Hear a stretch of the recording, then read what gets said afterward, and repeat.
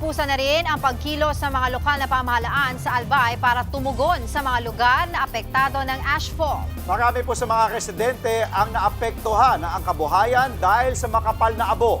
At live pa rin mula sa Legazpi City sa Albay, nasa frontline ng balitang yan, si kapatid nating si Mon Gualvez. Mon, good morning kapatid, makay na aga.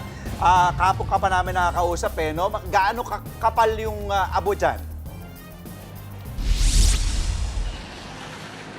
Marahay na aga, Andre at Angela, bagamat umulan nga kahit papano kagabi sa ilang bahagi nitong Albay, meron pa ring mga bayan at lungsod dito sa probinsya ang kinakailangang linisin kaagad dahil nga ito sa makapal na abo na umaabot ng 1 to 2 inches dito nga nadulot ng nag-aalborotong Bulkang Mayon. Nagpatawag ng emergency meeting kagabi ang mga opisyal ng Kamalig LGU. Kasabay kasi ng nararanasang hirap yan sa makapal na abong bumalot sa malaking bahagi ng bayan. Bagamat nailikas naman nila ang mga apektadong pamilya, lalo na yung mga nasa vulnerable sector, nakasasagabal pa rin ang makapal na abo.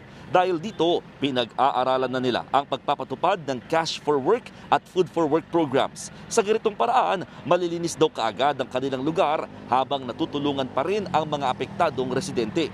Sa bayan ng Ginubatan, halos 10 fire truck na ang pinadala galing sa iba't ibang bayan, lungsod at probinsya sa Bicol Region. Yan ay para makatulong din sa ginagawang flushing o paglilinis ng makapal na abong bumalot sa lugar. Pinuntahan naman kahapon ni Albay Governor Noel Rosal ang barangay ng Miisi sa bayan ng Daraga. Dito kasi nakita yung makapal na volcanic deposits na galing sa nangyaring pyroclastic density current o uson.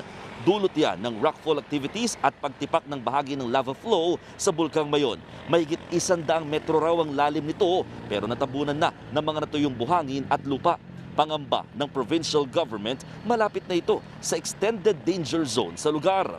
Samantala, ipinag-utos na rin ni Pangulong Bongbong Marcos sa mga ahensya ng gobyerno ang agarang pagtulong sa mga lugar na apektado ng ashfall mula sa Bulkang Mayon.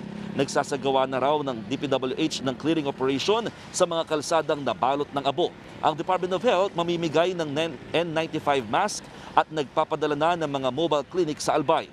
Pinaghahanda na rin ng DSWD ng tulong na pagkain para sa mga inilikas na residente.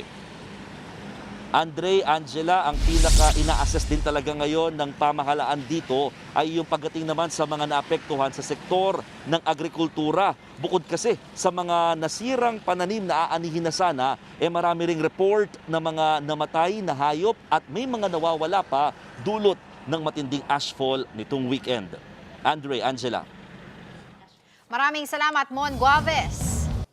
Mga kapatid, Angela Lagunsad Castro po para sa komprehensibo at makabuluhang balitaan at talakayan. Mag-follow at subscribe na sa social media pages ng News 5.